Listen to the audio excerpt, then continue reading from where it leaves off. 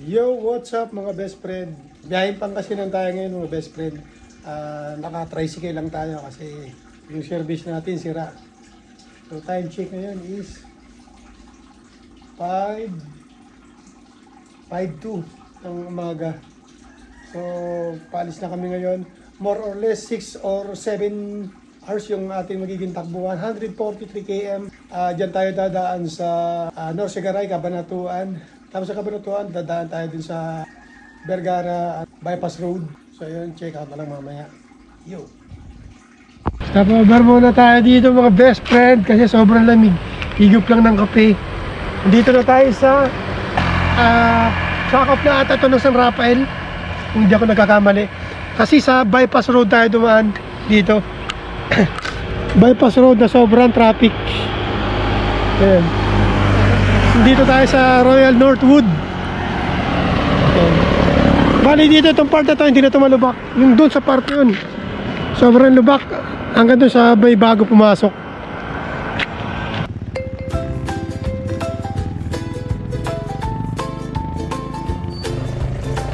At papasok na nga tayo ng bypass road. Sa parting yan ay hindi na ganun kalalim yung mga lubak. Unlike dun sa bago tayo pumasok ng bypass road, sobrang lubak dahil sobrang lalaking truck ang mga dumadaan, mga dump truck. Mag-ingat kayo dun mga best friend, lalong-lalo na kung gabi dahil kung magulungan nyo ng gulong yung malalaking lubak, posibleng aksidente ang mangyari. Palabas na tayo mga best friend ng bypass road. Papasok na tayo ng Maharlika Highway. Natiyempohan namin na hindi ganun karami yung mga sasakyan ngayon. Unlike before na pag nagta-travel kami dyan ay sobrang daming mga sasakyan, sobrang haba ng traffic. Mostly ang mga sasakyan na dumadaan dyan is mga trailer, tin-wheeler at saka dump truck. At nagpatuloy nga kami sa aming biyahe. Hindi ganang matraffic ngayon dito mga best friends sa San Ildefonso. Yun ang akala namin sapagkat pagdating namin ng San Miguel ay naghihintay na pala sa amin ng sobrang haba na traffic. Akala namin maswerte na kami ngayong araw dahil hindi nga ganun ka-traffic. Konti lang yung volume ng mga sasakyan.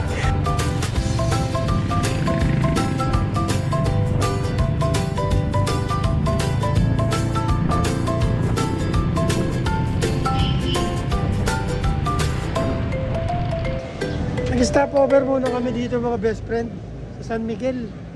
Clean fuel. Ay grabing haba ng traffic. Siguro 5:30 kami umalis eh. Ngayon 8:10 na. Andito pa lang kami sa sa San Miguel. Karamihan ayan ang lalaking mga bus. Ang lalaking mga dump truck, trailer. Ayan Grabing pagod. Papagasolina tayo mga best friend. Tinan natin yung fuel consumption kailang liters yung kinain. Malis tayo ng punta. Ang gasolina dito ay 91.50 yung premium. Yung unleaded is 91. Yung diesel 118.6.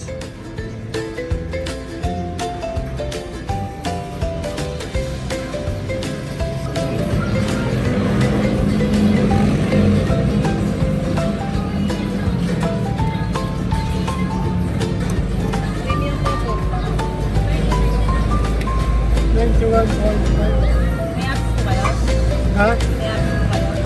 Meron ba kayo nun? Ay, wala. Kuha pala ako. Download po kayo sa App Store.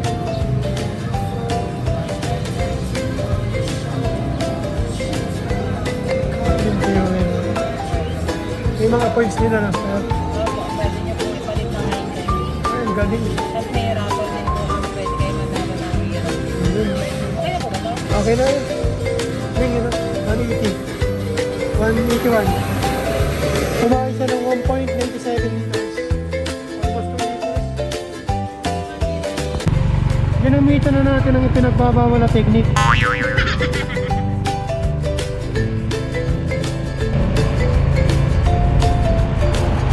Nasa 1 kilometro na siguro yung haba ng traffic dito. Karamihan yung mga trailer, mga tin-wheeler, dump truck, or malalaking truck.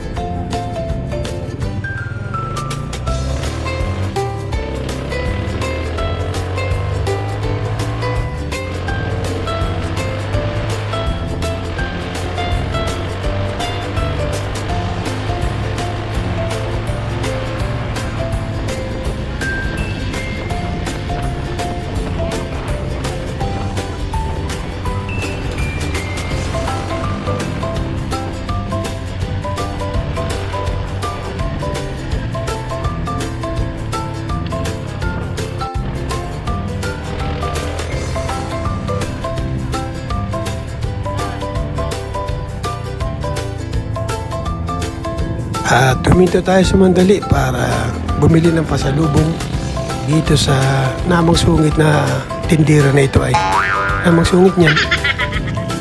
Hindi ko na lang binidyot na uwi ang mata ko.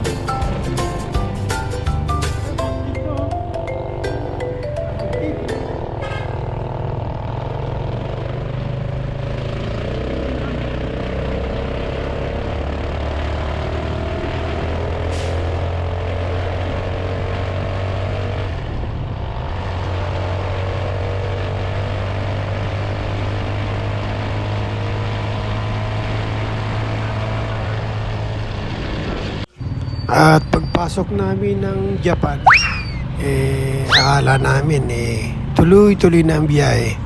Yun pala, ito yung madarat ng din namin. Dito pala sa Japan, sobra din ang bibigat ng daloy ng trapiko.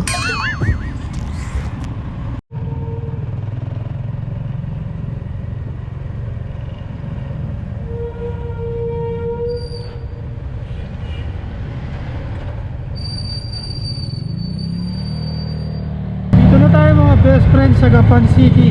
Dito sa may triangle. Dito may statue ni Mama Mary.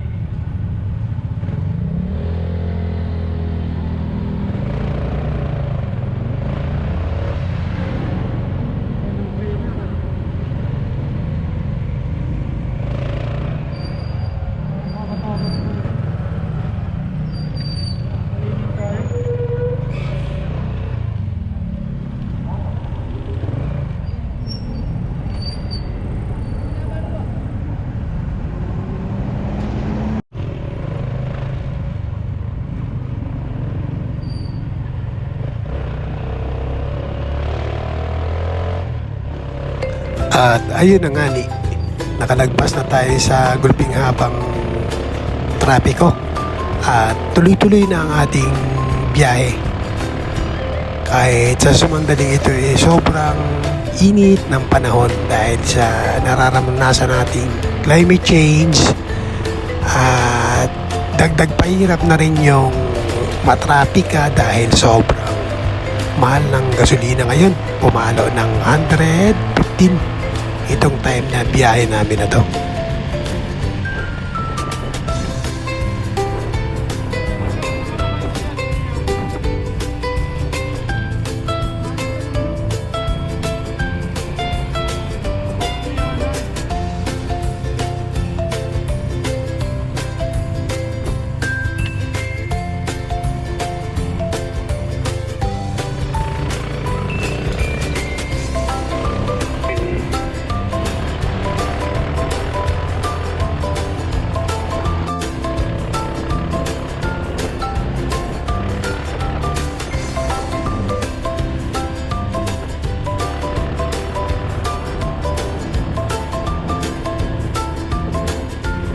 At papasok na nga tayo ng Cabanatuan City. Dito tayo dadaan sa Vergara Bypass Road at bigyan natin ng konting info. Kunan natin ng aerial view para makita na nyo ng magandang-maganda.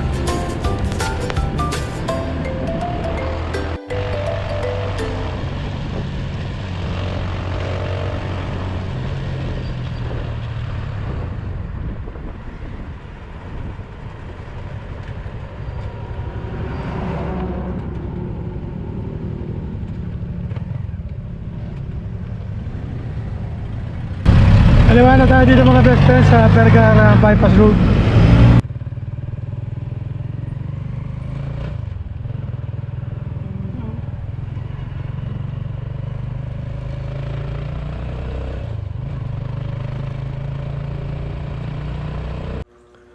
Ang Emilio Vergara Bypass Road sa Cabanatuan City ay isa sa pangunahing kalsada na nag-uugnay sa Barangay Arcadia. Ang layunin nito kaya ginawa ang bypass road na ito para mabawasan ang maraming volume na pumapasok ng mga sasakyan sa Cabanatuan City at magbigay sa mga biyahero ng isang mabilis at alternatibong ruta para mapadali o mapabilis ang kanilang biyahe patungo sa kanilang mga destinasyon. Nagsisimula ang bypass road na ito sa Santa Arcadia at tumatawid sa mga bayan ng Bacod, Kaligkid at Makatbong. Layunin din ng proyekto ito ay upang mapabilis ang biyahe papuntang Bungabon, Laor at Dingalan, Aurora.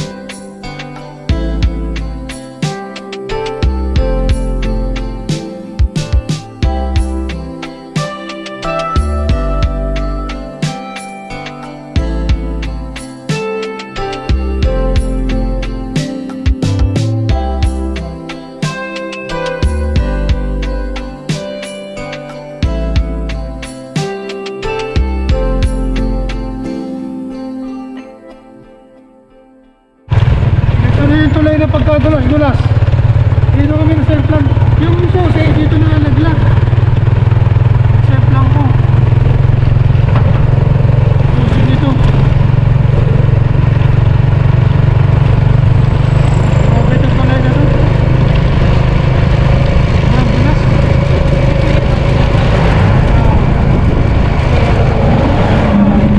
Yan. Dito. Pero, dulas yan, oh. Ah, dito pala. Oh.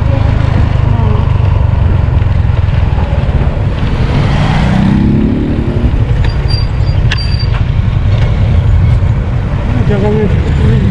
Kung ano pakaramdam.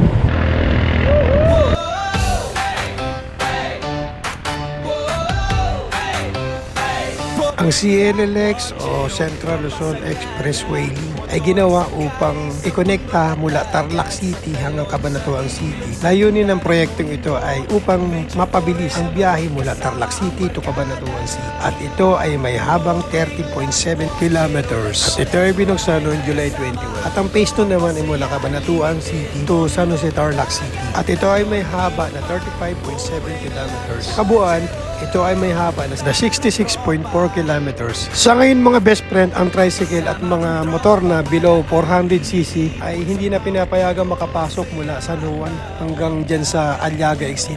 Nakadaan lang kami dyan last month kasi pwede pang pumasok ang mga tricycle at saka mga motor na yun, below lower cc. Sa ngayon, hindi na makapasok kasi meron ng guardia. Hindi ko alam kung bakit. Siguro operational na. Limited, bundok, dagat, talon, ilog pa. Stop-over muna tayo mga best friend dito sa HM Nueva Ecija. Mais, kain muna.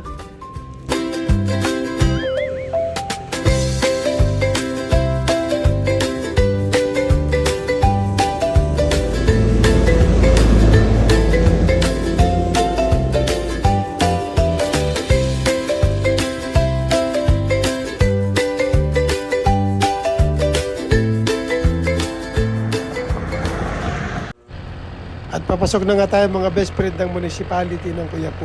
Almost 25 kilometers na lang at malapit na tayo sa ating destinasyon.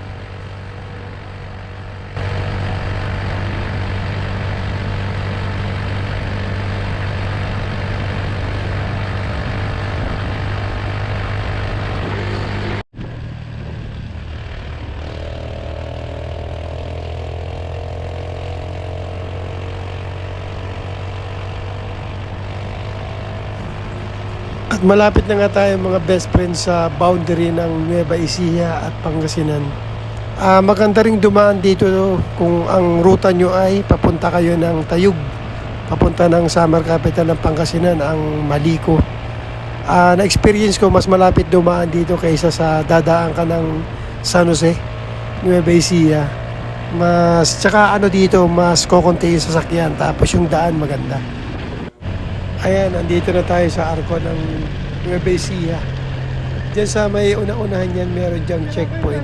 Usually naman kapag boundary, meron talagang mga nakatalagang mga magche-checkpoint sa inyo, lalong-lalo na kung gabi. Common lang naman syempre na chine-check ang ating driver's license kung paso ba ito or hindi. Pangalawa ang ating mga ORCR ng ating mga motor or sasakyan na ating dala. Syempre dapat pag nagta-travel tayo, laging hindi paso ang ating lisensya, hindi paso ang ating sasakyan. Ito na gas tayo mga best friend, ito full tank. 2.59 liters, 235, 90.90 yung kada litro ng premium na pinagas natin. Alright. Ano na tayo dito mga best friend, papuntang Umingan.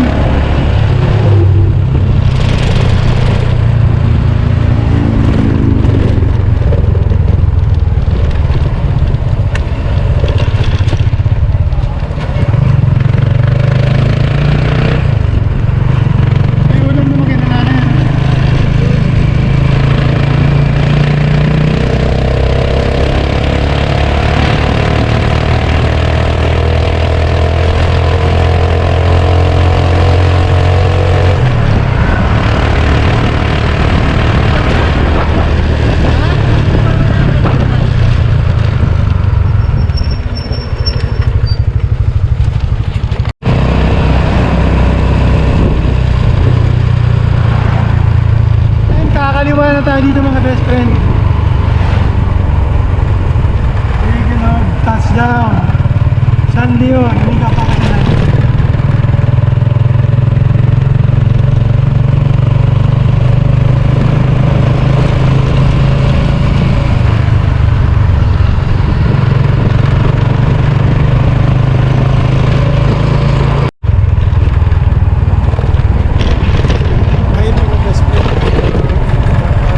Dito na tayo, thank you Lord.